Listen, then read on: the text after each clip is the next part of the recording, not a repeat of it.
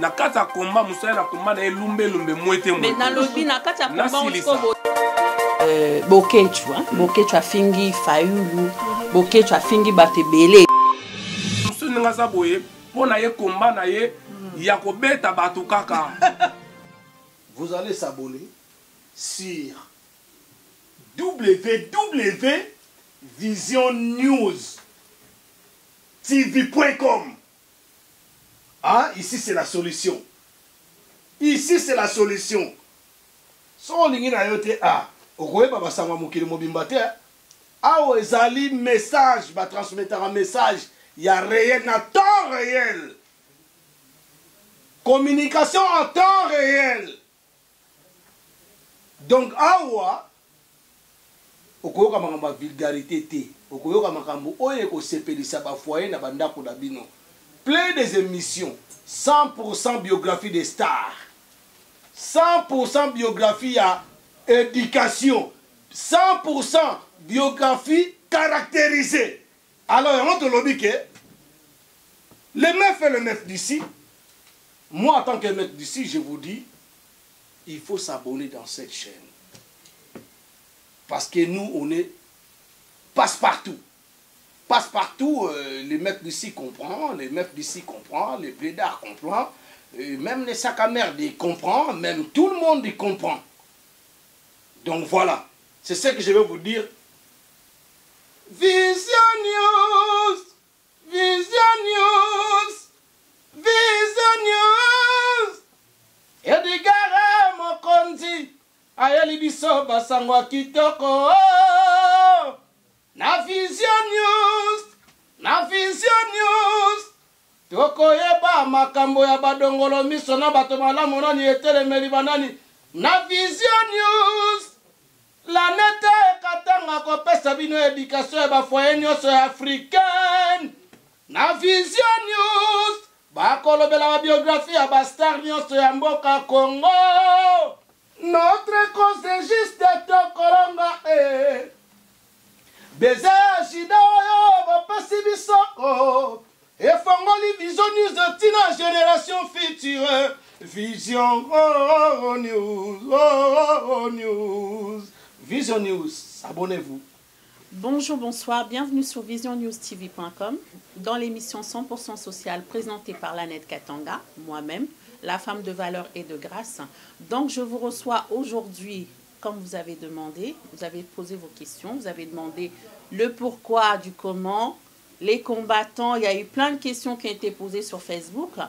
Donc vous m'avez demandé de les faire venir sur mon plateau. Donc les voici. Aujourd'hui je reçois la combattante Dieta Kabuya et le combattant Hippo Waiza, donc qui est là avec nous. Ils vont répondre à nos questions. Donc je les ai reçus séparément. Vous m'avez posé la question, le pourquoi ils se sont séparés. Donc ils vont nous dire le pourquoi.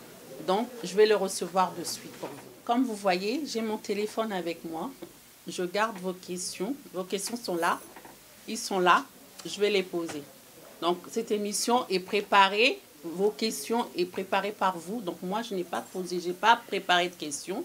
J'ai vos questions là. Je vais les poser aux combattants qui sont sur le plateau. Je vais en recevoir d'autres, ne vous inquiétez pas. D'autres vont venir pour vous, pour répondre à vos questions. Donc, là, sans plus tarder, je vais les recevoir. Donc, bonjour.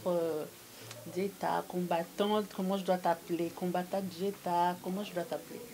Oui, bonsoir d'abord, journaliste. Et merci beaucoup de me donner. Tolo Balingala, parce que ils ont concerné Mboka, hein, Tolo Balingala. Totika français, parce que ils ont Makamamboka un biso, donc faut pas avoir yoka biso.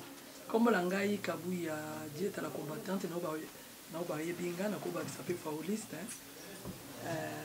Voilà. Donc comme l'angai Dieta Kabuya la combattante, na bato ba yebi na ko ba qui s'appelle Mukepe fauliste, hein. Pour na kifani. Ah, pendant qu'il fait voilà tout là non tozoya.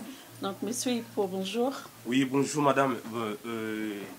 Déjà comme vous avez annoncé, je m'appelle Hippo Waiza. Ben je suis plus connu na combo ya na plateforme ya Peuple Mokondi. Excusez-moi parce que naza enrhumé et puis na la grippe. Naza connu na tant que combattant ya Pepe Mokondi na profit na pesa bande konanga ya Pepe Mokondi mbote Bokechwa Yambo commandant Iso Christian Bola na Coco de Rose mais là naza pina na casquette ya coordonnateur il y a Vision Fayulu na niveau il y a Europe. D'accord. OK. Donc tozo banda ba question donc non peut ça ba combo ya bato ba poser ba question na bango pour qu'ils puissent répondre. Donc, dans la question, il y a Freddy Aoundou. Freddy Aoundou, bonjour là où tu es. Donc, ta question est de savoir votre parti, en fait, combattant. Pourquoi combattant? Pourquoi combattant? Ben, d'abord, les mots est très clair. Combattant, ça vient du mot combat.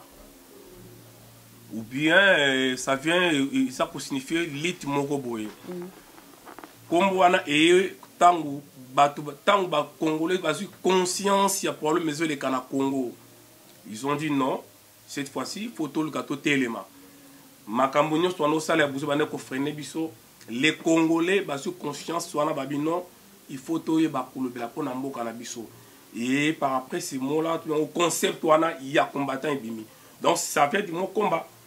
Ça vient du mot combat. Donc, Alinga Yeba. L'intérêt Nabino, c'est qui combattant au bozo lutter pour Nani. Bon, lutter, ils le font pour l'intérêt du peuple, de la nation, ou bien pour leur intérêt, pour votre propre intérêt, en fait. C'est pourquoi. D'abord, moi, je pense que la vraie question, la meilleure question, c'est qui est combattant d'abord. Parce que tant que tu as combattant, Alinga Yeba combattant. Les alliés question moi un peu vague parce que les lots congolais bazwa makambo ya Congo ba pesa na groupe ya batu moko boy. Or c'est un problème qui concerne tout le monde. Quand je dis tout le monde, je fais allusion à tous ceux qui veulent le changement positif ya Congo, bangwana ba combattant. Et voilà pourquoi avant na combat place wana. Mais non, na katiote hein liboso, il y avait un groupe de combattants qui avait commencé, un groupe des individus, un groupe ya batumoro babandaki liboso toyebaki ke batumoro babandaki babandi lutte contre makamozo le kana Congo. Siko ekoma mutunyo suka ngana za combattant mais finalement on sait pas qui est qui. Non mais déjà ce que c'est munyo ça commandé donc ils allaient plaisir, c'est-à-dire démarche ya ba combattant babandaki wana donc démarche bango ils allaient réussir. On a nini objectif ezanini combat on a koloba combattant zalinani mutu nyonso azoluka changement ya malamu na Congo wana combattant sauf qu'il y en a deux sortes. Nous avons des combattants passifs et des combattants actifs. Même nous avons posé combattante maman parce que au royaume sanga été que l'autre ka Congo za la mabe qui va passer et continuer la Congo. Vous me direz pas ça. Pour ça n'est que Congo est à la malamu. Donc mutu nyonso oyo alingaka Congo est à la malamu a combattant. Ndé mutu ba passif na actif, il y a des combattants, il y a la congolais oyo souci na e butu mo i Congo est à la malamu mais jamais comme on na ba télé soto ole ka boy. Jamais comme on na marche ne mama Congo le karané de takabuya de ko mona bangote. Mais azana souci makasi ya Congo. Ce sont des combattants passifs. Des combattants actifs net biso boy. Na zo elongana na tia maman nanga lela bandeko baloba tant que na loba na bango vome kutu bakanga ba bomanga pona makamba Congo ke bakanga pona yibaki chèque pona seki chèque mabe ke na kota ki prison pona beta ki mutu vome kutu na ke na onde ngana donc koloba te ke batumo ba ngimba ba kombesa kaya batumo belelo ko batumyo so c'est que bien mutu tous quoi sur conscience ya Congo mutu nyonso tu wana la lobby mutu ngam na lobby mutu nyonso tu mais au dire hein, d'après les questions que j'ai en fait c'est comme si il y a un groupe d'individus qui se sont comparés du combat tu vois normalement ils sont censés la combat ya biso nyonso mais on a l'impression hein les gens, d'après les retours des gens, on a l'impression en fait que y a un groupe qui se sont comment on dit ça, qui se sont privatisés, je peux dire. Voilà, basés sur puissance pour diriger biso, pour diriger peuple et tout ça. C'est ça que les gens en fait ils ont contre. En fait, c'est ce que les gens sont contre en fait. Voilà, déjà je peux permettez-moi de vous corriger.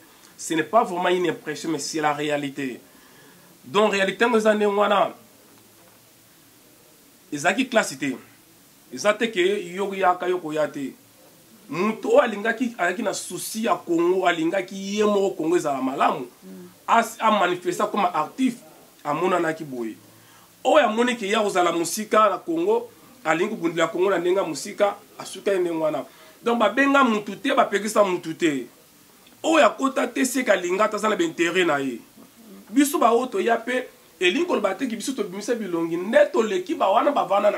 attention. D'après le peuple, les autres que bino sikonde bozo diriger ma cam. Voilà maman, yo ce qu'on a expliqué écoutez-moi très bien. Le vrai combattant, non, pas les vrais. Les grands combattants, les gens ne savent pas.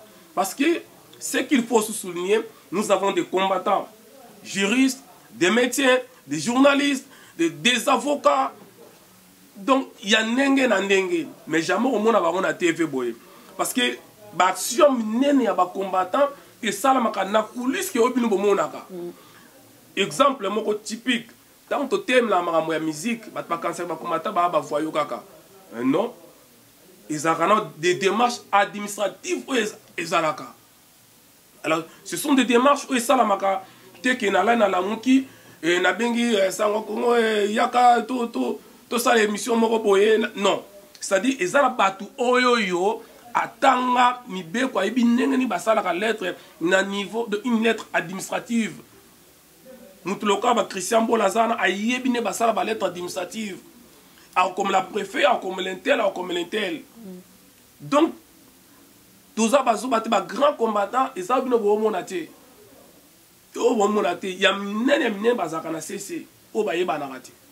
D'accord. Bah, ok. Donc, je reviens sur ma deuxième question. La deuxième question, c'est M. Maluko Mamputu qui a posé la question. Pourquoi tant de divisions au sein de certains groupes de combattants? Donc, Bobanda est bien. Tout le monde est bien, donc vous avez qui ensemble unis, et tout ça, et on vous a vu ensemble unis. Siko, to comment on a groupe d'intel de Martin Fayulu, to mon a kuna groupe ya Katumbi, to mon a kuna groupe intel. Mais finalement, en fait, le peuple est un peu perdu. Tout ça perdu. Siko, to mouye ba kwa na nini tant de divisions na kati na bino. Voilà, merci pour la question. Je serai un peu large dans la réponse parce que c'est important. Là, c'est un peu large. D'abord, avant la bandana, on a le baboy.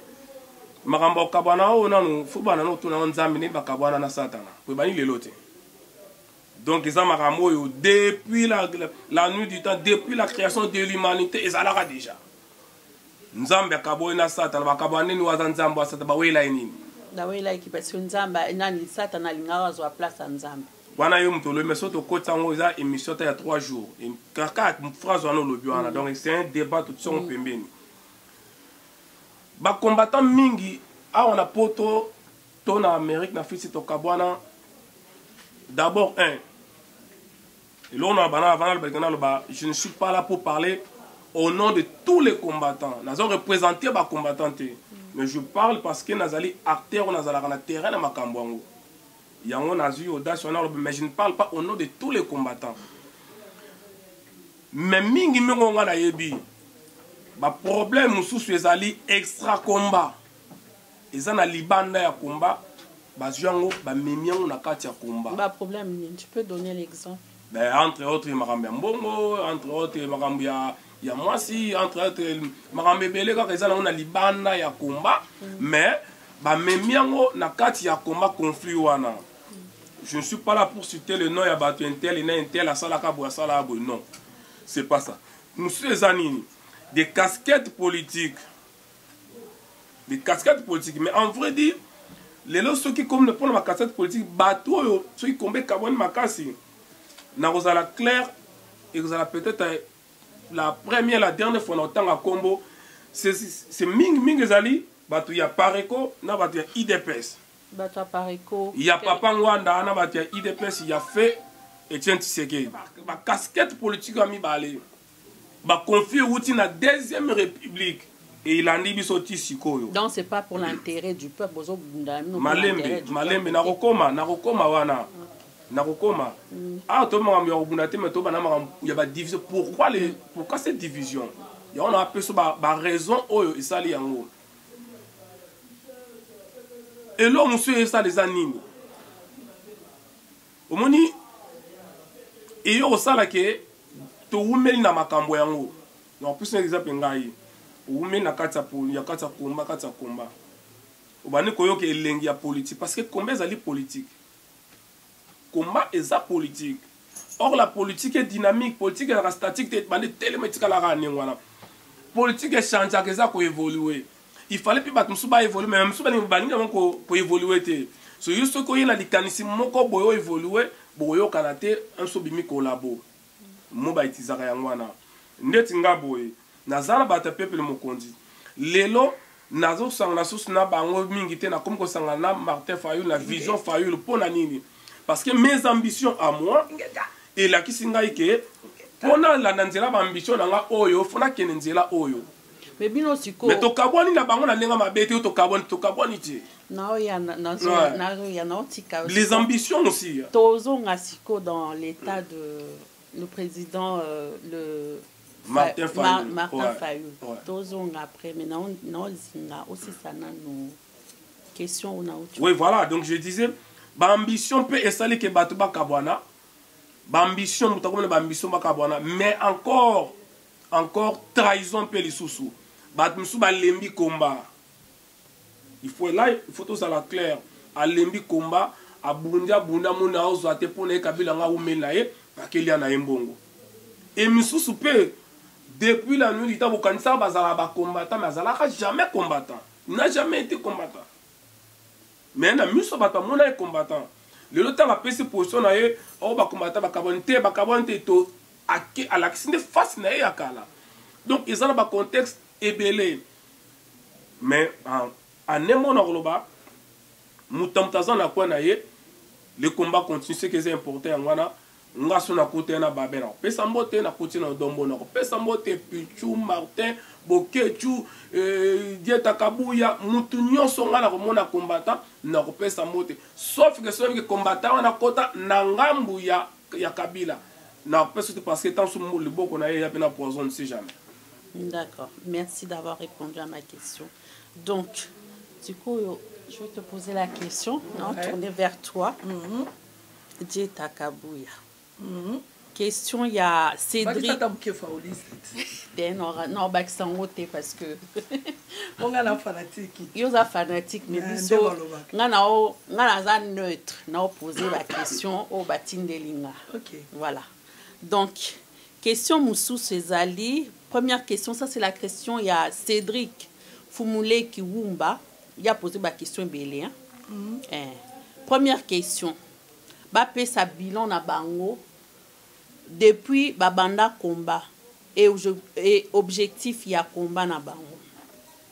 Bilan na bino depuis babanda lutte, la lutte, combat, bilan na bino ya lelo makamni losala depuis. Ah mais ça c'est une bonne question. D'abord on a aucune na question le baki banani se babanda i combat ou tuna kinga ba combattant el bosso babanda ki za ba mama Congo. Premier combattant banda autre banda obenge kita vita.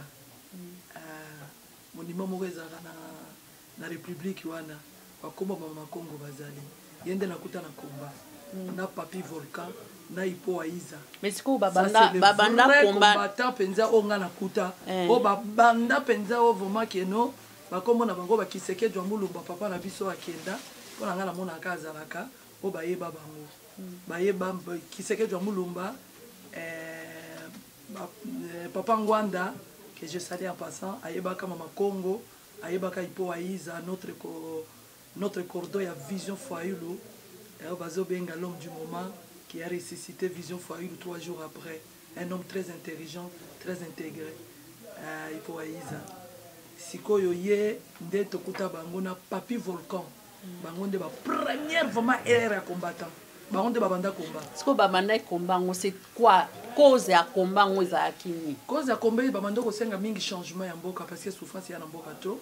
Babando ko préférer Congo et comme na beauté ya kitoko. Congo mutu soki azokita bazala babando kobundela mingi état de droit donc état de droit ekota na mboka mpo mwana nyonso tu ya moke mokolo mwana bazala na droit ndenge yo oza na droit na mboka oyo ndenge bandela komba epuis babande kolinga te ndenge babande komenele nini mboka na ndenge ezaleli te ndenge mboka ebande kokende na sens mosusu mboka ezokende na enfer bango fo balema mema mboka ekota na lumière en Jésus-Christ. C'est ça combat ya Mama Congo na Papi Volcan je salue en passant un grand combattant bango na ba ipo aiza batoko tout na vama banda combat ezande bango première heure ya combat ya 6h du matin ezaki bango bato muso bazaki te na combat ne omona banda opesa Mama Congo kombo na ye kita invite onga na kuta na kati et na kuta na Papi Volcan d'ailleurs tamsu sozana na confirmation te yende le président il y a tous les combattants dans le monde entier. C'est Papi Volcan, je salue en passant mon président. D'accord. Il y a président, il y a combat. Il y a combattant pour la 3 casquettes parce que le chef n'a pas été aux années pébènes. Il y a des autres surveillants qui n'ont pas fingé. Il y a des gens qui ont na émission n'a pas fingé. C'est le chef n'a pas beaucoup de respect parce que nous avons justement, il y a deuxième question. Il y a Cédric, oui, tu veux dire. Pardon, excusez-moi la Katabino. Le Komoro, le bien, il y a bilan. Elle n'a pas répondu aux questions. Ah oui, elle n'a pas. Mais si je peux dire quelque chose, bilan et combat est allé très positif. Oui, tu peux nous dire. Dans le bien que bilan et combat est très positif. Pourquoi c'est très positif? Preuve. D'abord, objectif, il y a combattre Zakinini. Que Congolais na poto aza conscience à Maramouele kana Congo. Les antivaleurs et les Congolais qui na poto za ali sous-souté. Bien que antivaleurs aussi là, pour antivaleurs za le chômage. Antivaleurs koko pe sabso ba. Je vais y arriver. Oui. Les antivaleurs za le ko net chômage nzala. Ce qui présent moi que non na epona na silisanzala, c'est vraiment un menteur. Vous allez ici la rater même 10 minutes à yango. C'est comme le chômage. Le chômage, si la raté, mais va diminuer le chômage. Le banti valait aussi tant que tu vas appeler ma bien aux alakaka. Mais tu as qui l'objectif, il y a qu'à diminuer, il y a qu'à conscientiser. Les lots, comment au côté dans salon de coiffure, tu as reçu ça, tu vas aller, mais babette ma solo Congo. Donc avant, c'était pas ça. Que côté dans salon de coiffure, une jeune fille m'a discuté avec Congo. Au moins, moi, c'est moi qui t'ai comme elle le Congo. Au moins, la jeune homme, moi, bien, mais à combien de politique? Les allaient dire, ah, ils allaient dire, oui, Robert na Bataclan. Et Gilbert Robert a couru dans la salle à Londres. On a évité faire na fali ba osala boy. C'était que ça. Les lots ba combattant ba ye na bana o ba botami na poto ba komba kobeta masolo ya Congo.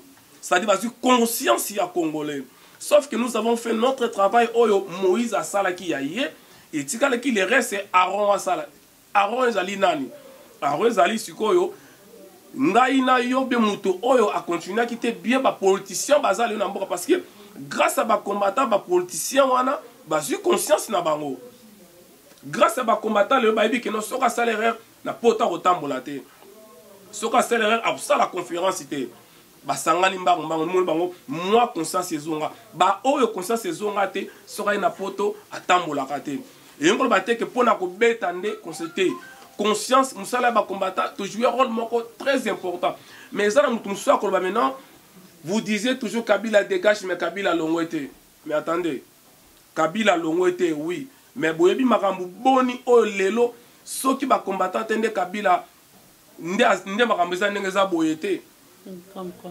Comme quoi? Mais Kabila, ceux qui dérangeaient, ceux qui embêtaient dans mon côté. Il pouvait changer la constitution le 19, le 20, le 21 janvier 2015. Tout n'a pas battu à Congo. Pourquoi bakata ba internet si ceux qui ça la marche na bango? Pourquoi bakata connaître internet sur ba ça la makamesa na Congo? Ceux qui combattant la diaspora le rien. C'est parce que dit que le 19, le 20, le 21 janvier 2015 pour la première fois et jusqu'à présent c'est la dernière. Oh, bah, Congolais, bah, 3 jours successifs dans le Congo. 3 jours. Premier jour, nous politicien. Deuxième, quelques-uns, le quoi Martin Fayou, la zang, était soldat du peuple, il y a un terrain. Troisième peuple, il y a un moko. parce qu'il y avait une force qui venait de l'extérieur où tu as les combattants basés à Londres et à Paris. Et tant que Kabila va comprendre que les combattants sont liés à Kinshasa, il y a une marche que ça à Congo, il ne faut pas quatre connexion. Parce que nous pesons très très lourd dans le Congo. Et puis, nous avons un bilan positif. Pour dire qu'il y a positif, Zoa Mende, Yakanae, à ça la conférence, sur combien de personnes barouya. Voilà, c'est ça la réponse. D'accord. Sikoyo qui cerveau ya Gaillard, ya rara, nakata ba combattant. Oyo qui question. Oyo qui réponse na yo Cédric. Donc deuxième question à Cédric hein, toza qui na deuxième question à lobby hein. Pourquoi bah côté ici trop de bêtises dans le combat? Pourquoi des insultes? Trop de bêtises dans le combat et côté poane. Wana d'accord na yo. Ce qui bêtises wana côté tokoki koloba muso ezali ba éducation hein. Au moins, tu as la catégorie ya batu na mukili ya ba combattant peu hein. Tu as le chef nanga cerveau Gaillard. Et ça vraiment peu moins rare hein. Pour y a un garçon de bonne manière à outil na famille na ipe éducation au monde azolinga les loto mona e a remplacer pe ba kimbuta na Congo pour na mboka. Tu as besoin na bango le kwa bango, tu as besoin de quoi là-bas Christian Bola, un homme très intelligent, très intégré. Tu as besoin na bango le quoi là Papi Volcan, très bien éduqué aussi. Ce qui au moni, batu bakoti na benjir ezali, l'éducation à batu na batu, mutu loko anga, l'éducation nanga ona zanango pona muluba, tozala l'éducation na biso ko finga mutu eza mabe. Soko binisi be vidéo peut-être na ko finga Kabila misuma vondome. Au moins nanga jamais na finga mama Congo, ou bien na finga mutu ba bêtise non. Eza na koko répondre ka eza ça dépend éducation à mutu place. Na mouvement ba combattant, ndetika lobaki hein.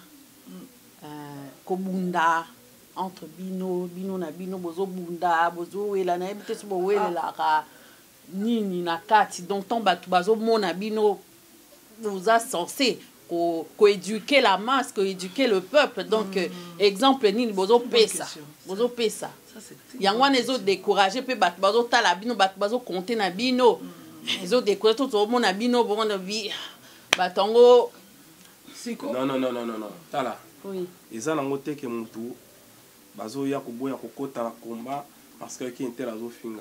Te parce que donc ma question ezali bazo lobake ba mouvement wana c'est du n'importe quoi. Siko tuna batu wana combat ibani na nini.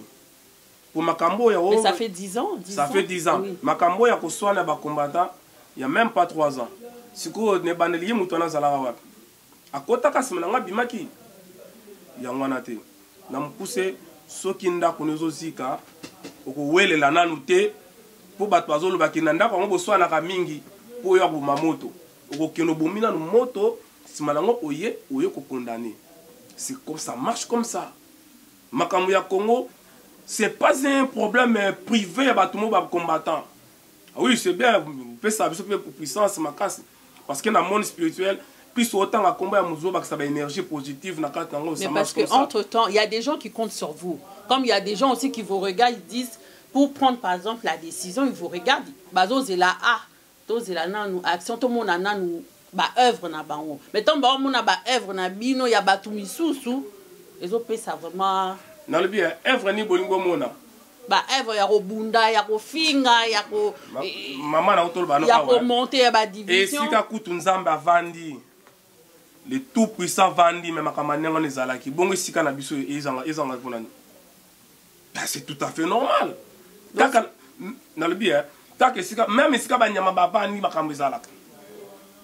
Donc les combattants sont des saints, il ne peut pas y avoir de problème. Mais il y en a trop. Non. Oroba ezali trop koleka ngambo Kabila. Ou bien trop na kacha ba passer. Tona tomba trop koleka na l'église. Trop koleka ya mukuna. Yebisa ngai ba combattant ba sala buzo ba koleka ba pasteur. Ou bien ya kakeza. Tout ça c'est parce que moi ba mso ba poser ma question tant ça muta aner yo yebali. Ou bien ya Denis les oh ya pa kolaka ni na ba question non sont na opposer. Voilà, ça dit aux autres poser ma question et puis tout ça qu'on répondre. Nous sommes là. Voilà, donc ceux qui paient en Zambie, comme je viens de le dire, na paradis, iskano c'est qui est ma base à la kate, mais ma belle qui kokota. il y a combien plus forte raison na biso batamasumu. Donc ce mabe koti, c'est pas un problème. Mais oui, ça nga te que ba combattant de nakati otezela na mabe ngo pe koti tomoni bokechu bokechu afingi Fayulu bokechu afingi batebele yaza combattant normalement il est censé d'éduquer la masse donc neni tozo mone bazo bozo finga exemple ni bopesa. Ben voilà, net autant combo ya Wayambo, prophète de la nation. Voilà zali pire vie nanga. Donc ba titre. Ben oui, naïbe pourquoi on a bien prophète de la nation par rapport au Kamolobi que Bokechu a fingi Martin Fayulu. Bon, on a mon vidéo en côté. Mais si on confirme c'est que c'est vrai. Mais parlant dans le baboy. Au moni na kati ya combat mutna muto azana manière na ye oya mona ka remember la combat na ye. Mais non, normalement ça bongo. Malembe, je vais m'expliquer. Na kati ya combat ezana mutu so aya alba ki combat intelligent. Na kati ya combat muso na combat na lumbe mwete. Mais na lobi na kati ya combat on bozala na nini bozala na ata na banda na biso tozala pe na ba ordre. Na silisa déjà pour le combat ordre. Tata na combat azate mama na combat azate. Malembe, c'est-à-dire quoi tozana chef morote otolanda ka simana ye. Ezali ba plateforme mutna oya bango ingeta langage ya Bokechu eza langage ya x y kunate na kozonga pa Bokechu bien eza boye mutna musu nga za boye pona ye komba na ye ya kobeta bato kaka lumbe mwete soko ziye ovandisi en face yo en face bosa la débat poneti nga na boye soko ye makambo oyelinga makambo ya lumbe okutanga ce qui oba yebi ngai ba yebi oyelinga makambo ya papier na bik okukutanga donc mutna mutazana nzela oya ye lelo lo baboye so na yebi so Bokechu ka wana finga ki Martin avec président Martin Fayulu asali mabe moyebi ke combien de ba congolais belé balinga Bokechu pa finga ka bato ça c'est vrai mukolo Bokechu finga so bato te Bokechu ale mbongo. Mais bino moro bolobi o ba musicien ba yemba ba bêtise bino moro bolobi ba musicien ba yemba ba bêtise bo sikoyo bino bozo finga éducation ni ba biso ba ozo. Bref ça boye s'il y a des vrais il y a aussi des faux. Non mais ça c'est vrai. Oui. Donc ce qui est malam bazali et ma be ba roza ngate et to roza biso sote malam na malam de deux à part makamna na komana boy mutuna mutazana ndenge na yana ngopana uta na ngopana banga yena. Mais na ndenge bino bozo combattre pour le peuple. Mais ndenge ya fingi boko kipe ko liebisa non be Bokechu basala raboete biso toza pour na éducation boko kipe ko conseiller bo conseiller até. Te merci ko bon ce qui na conseiller Bokechu na rien na télévision na TV. Mais depuis à finga ka c'est que bolobela quel autre. Non mais c'est là sikoyo. Nabi Oyo yebi combien de fois émission musubo que ça fingi Kabila musubo boy mama didia sepe lango te moi sinaye oyebi combien ah Wayambo tika non makambo oyo bref ezali ke ezala batu mususu ba sepelaka ndenge Bokechu to finga bata Kabila ba mususu ba sepela ndengwana ba congolais ndengwana ko finga ne balongwe. Non mais malheureusement il y en a qui mutu mutana ndenge na ye. On n'est pas là pour appuyer mutu, pour discréditer mutu. Na utol bango awa. Ya mutu saka on a combat intelligent, masuka la kwa alana badi banga. Akina pe sa poste. Ba to bala nanga ba yebi. Wana na. Te na otanga kombo ate ba ba yebi. Mais au bandi tanga. Te na otanga kombo to tanga kombo ya Bokechu pas poser question ya Bokechu on a répondre on ndenge zali. Eza mutu mususu pona ye komba na fa beta kanika ba to. Donc pona ye musicien ga ye comment to beta kaka bato muso azane mwana mais mutneti ngai na lobango pona nga komba ya ko beta bato eza mabete mais période nango si eleki période wana ça qui très important on comprendre et senga ki na moment na o beta mutu o sala boye pona nini botama ordre moko boye mais lelo ngai na yokotala 2 ans on a bino pas 2 ans parce que il y a tout ça une année on a bino. Nous devons évoluer pour tout ça la politique. Nous avons conscience nanga.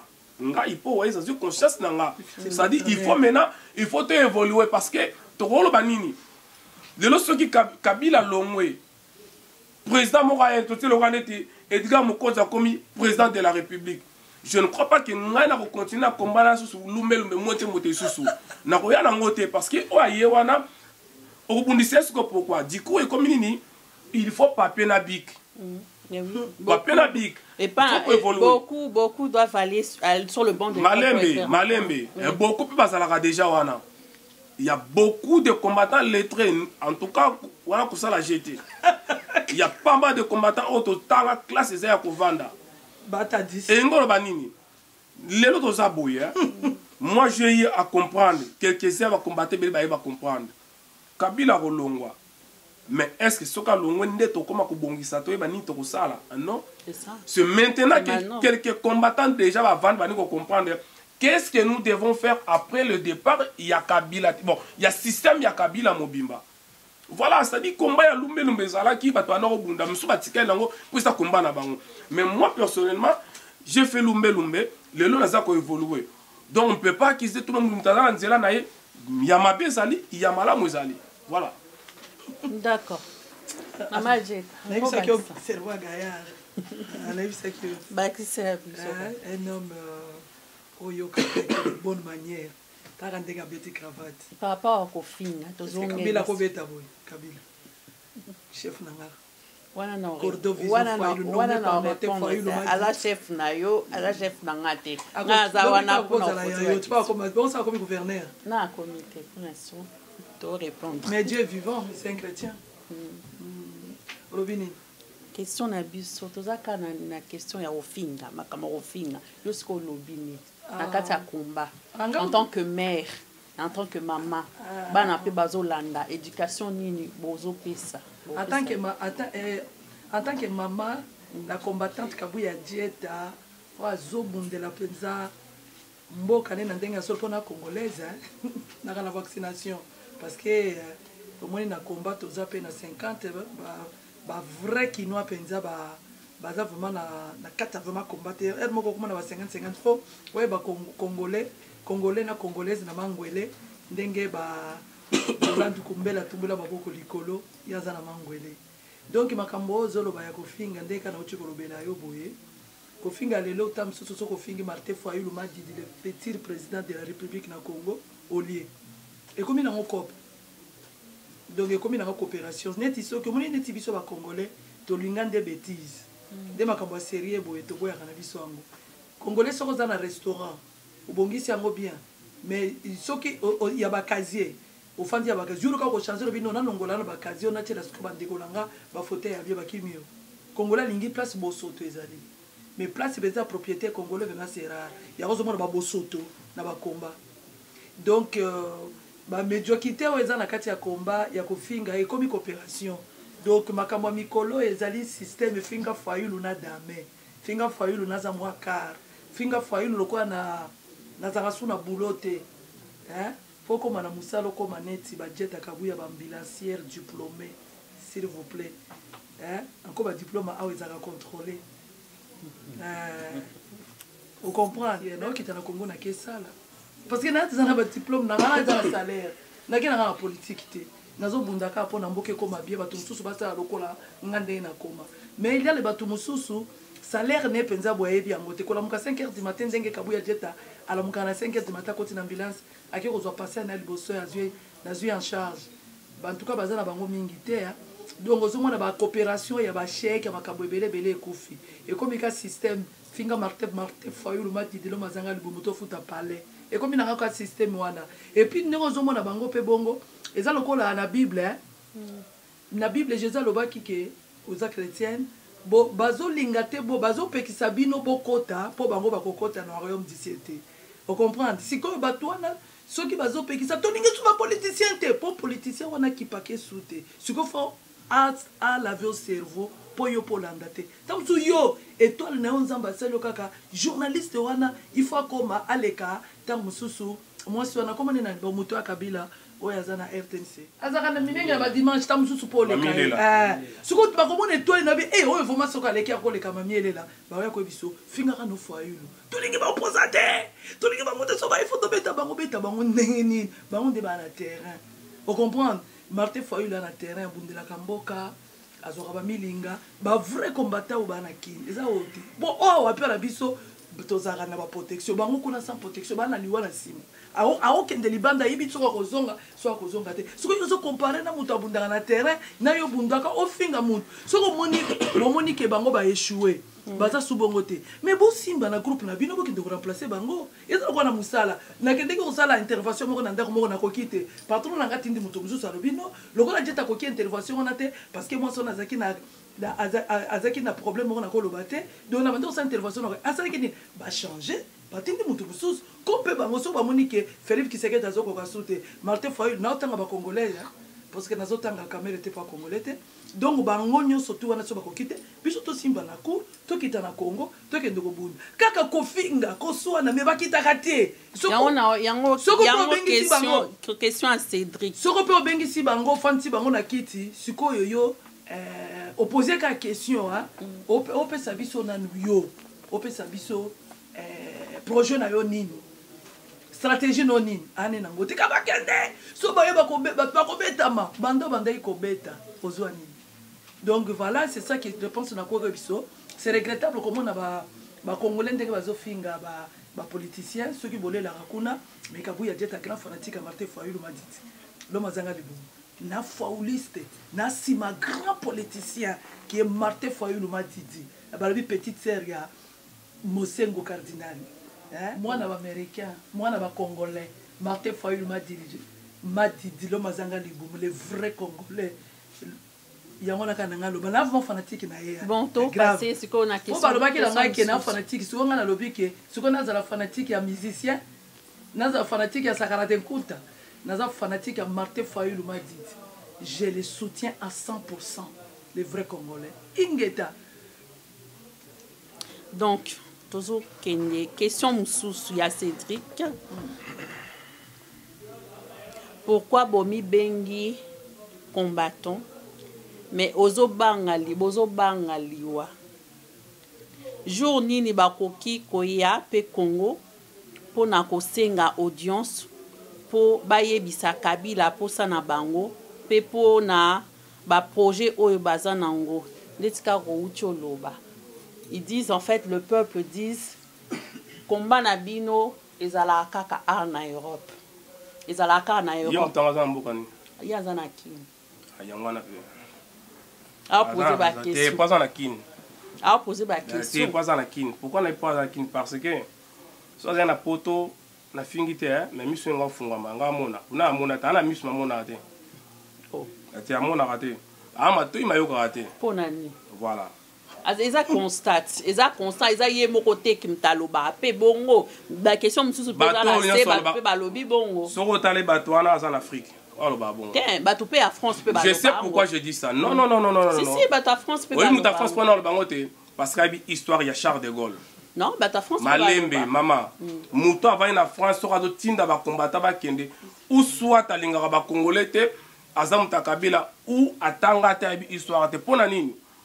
France peut la libérer, mta libérer nos arabes en Angleterre, Charles de Gaulle. Pona le ko bundana balma te, kenen Angleterre pona nini. Israël peut la libérer Rita Zalaka na libanda. Wana zala na mboka te kata Israélité. Donc muto atanga wa yebi histoire akoloba makambo te. Parce que pour na libérer mboko ezali occupé aux la quantité parce que vous êtes occupé.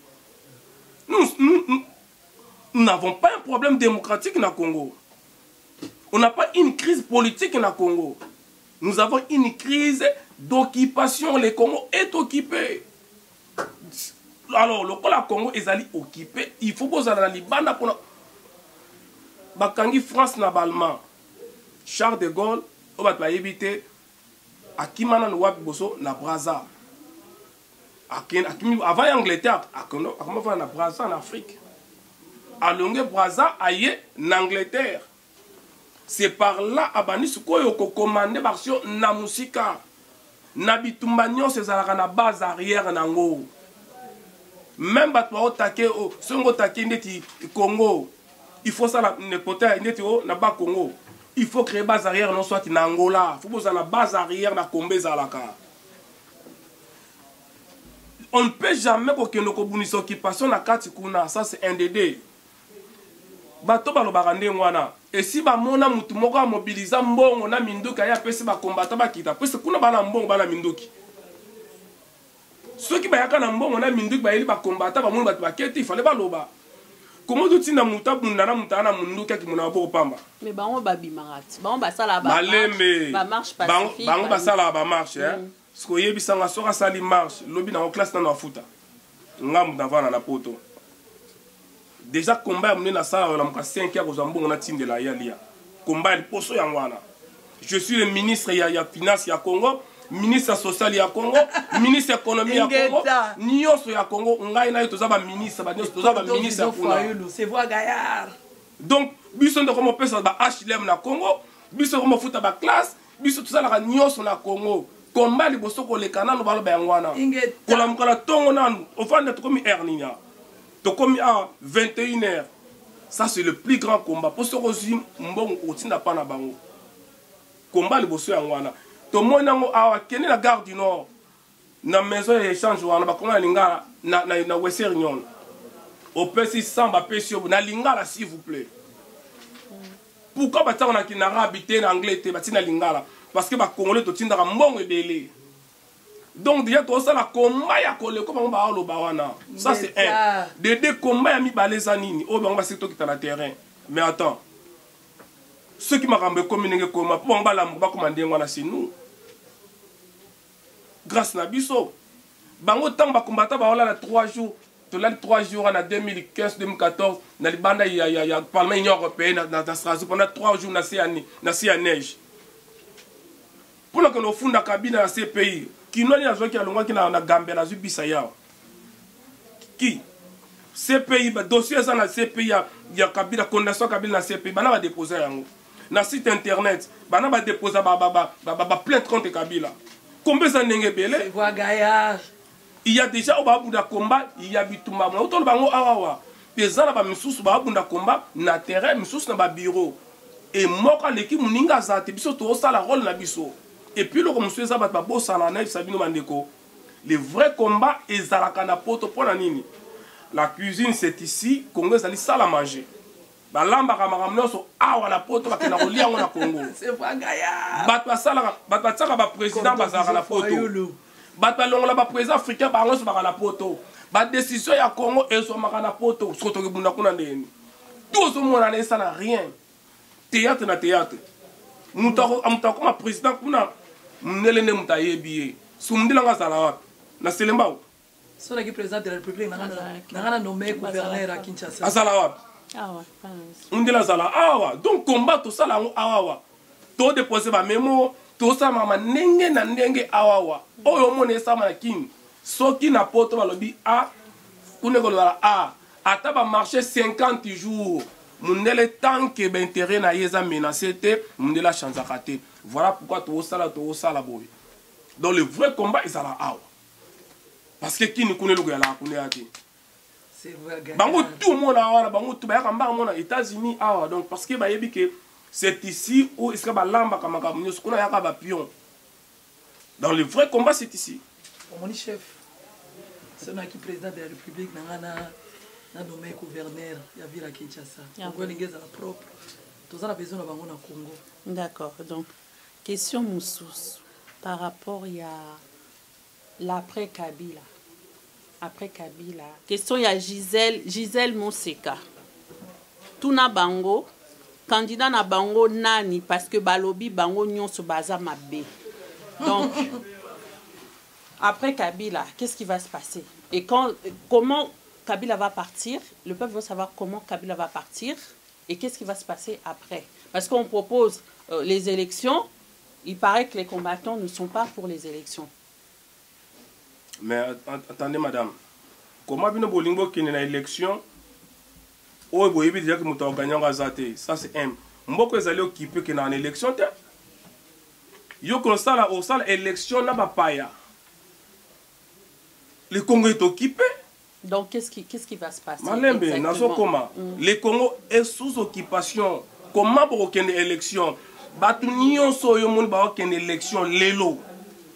Tous les politiciens ba qu'il y ait une élection, ba juste ba accompagner ba Rwandais na musali boulot na bango. Ingeta. bango tout ba miyibi bango tout moni wana na Pierre non moni bon remarquez pourquoi makambo sami d'une forme synchronisée. Moïse Katumbi a monté a fourni makambo en Afrique du Sud. Au même moment Moïse Katumbi a en Afrique du Sud na Congo pe ba comme ça ba alliance na bango. C'est pour accompagner les Rwandais. Nana ngo kene élection na Kabila organiser Kabila. Tona bato Kabila nani. Soko moni mutasali élection na Kabila a organisé a gagné yango yeba exagéré. C'est incroyable. Kabila Lobaki, je mourrai d'une balle dans la tête. Mais Lobaki était que je me suiciderai. Il n'a jamais dit ça.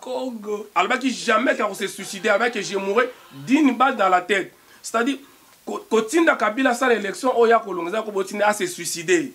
Alors, tu as la ngote. Jamais bato Kabila bakuluka ba sa l'élection pour bango ba pola. Soko moni loko nyonso oyo Kabili a commis ko pressionner ngo bato yeba zali contre peuple, ils ont un avantage dans Bango. Mais qu'est-ce que le peuple peut attendre alors? La libération du Congo. Oui, bah justement, ça va se passer comment? La libération de Zala, d'abord, il faut que la bisognon surtout continuer pression aux Zala qui n'ont na église catholique. Voilà pourquoi moni ba politicien wana tant ba comprendre que église catholique est botoli bango leadership. Tant on va comprendre que Mosengo n'a papa et Kofo botoli bango aura bazalaki nango ba sepelité parce que personne ne parlait plus na batouana et comment les comment Mosengo ba sepelate bango moni ba sali makambo moni ba sali wana pona nini parce que ba lingité église catholique a continué la démarche na longola Kabila. Or église catholique aza koluka intérêt général. Mais les politiciens ont un intérêt personnel pour les gens bango.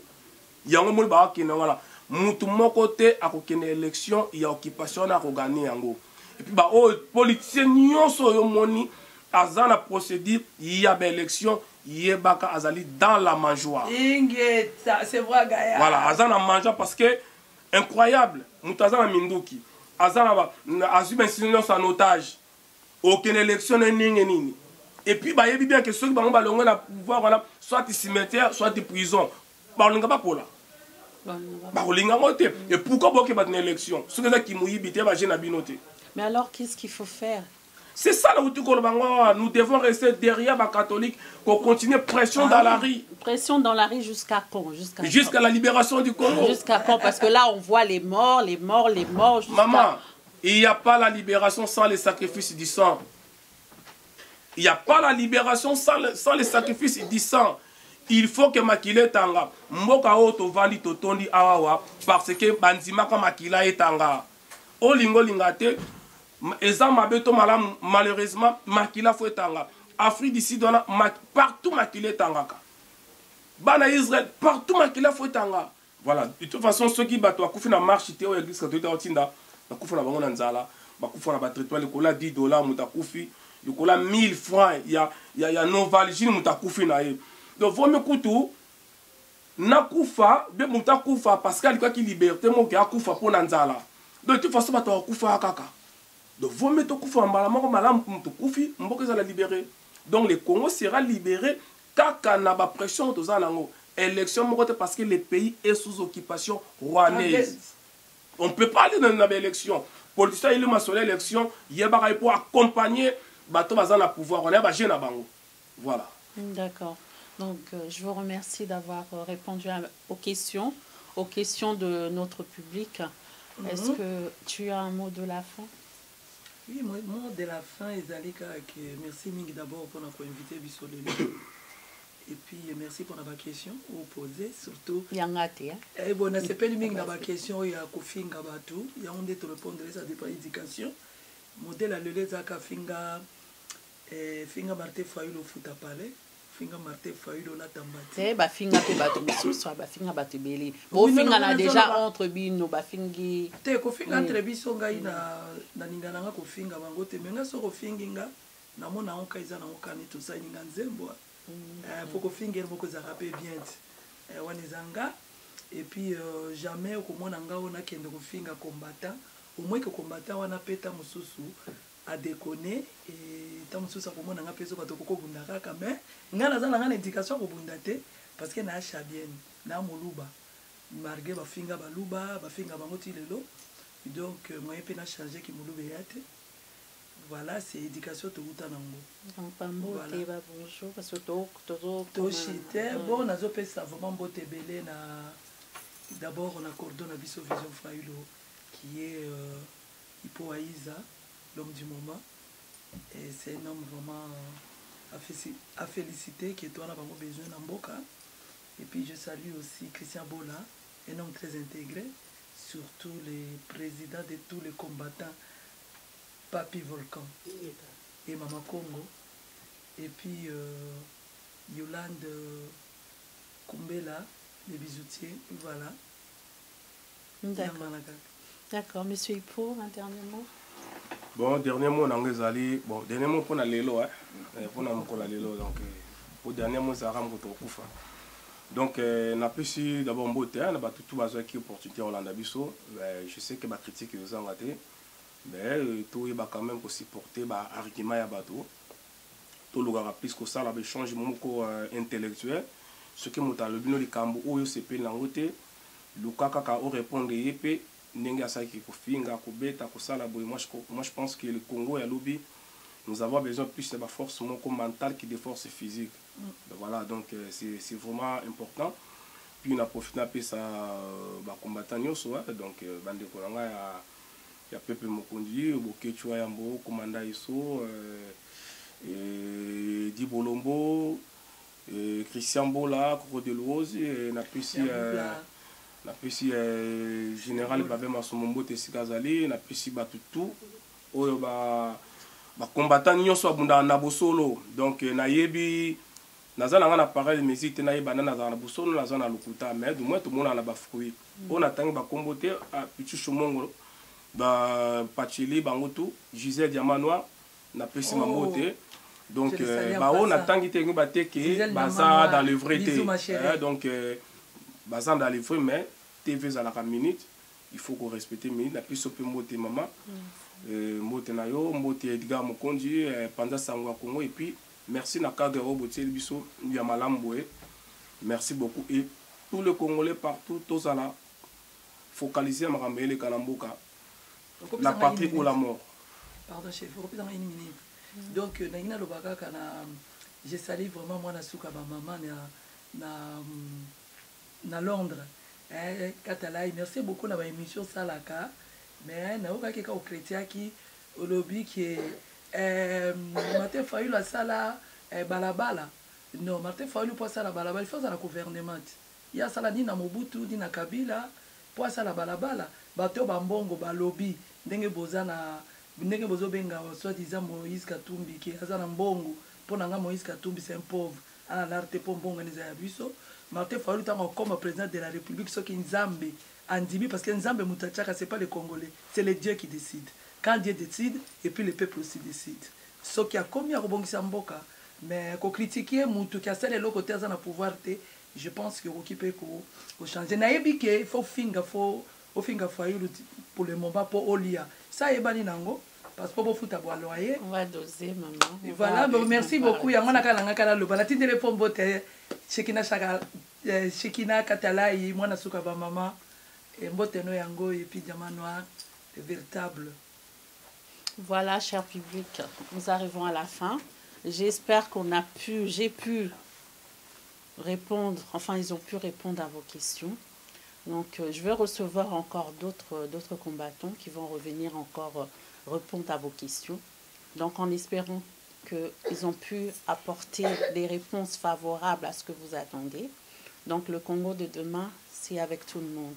Allez, bonsoir chez vous et n'oubliez pas de vous abonner sur notre chaîne visionnewstv.com. C'était Lanette Katanga pour l'émission 100% sociale. Bonsoir chez vous.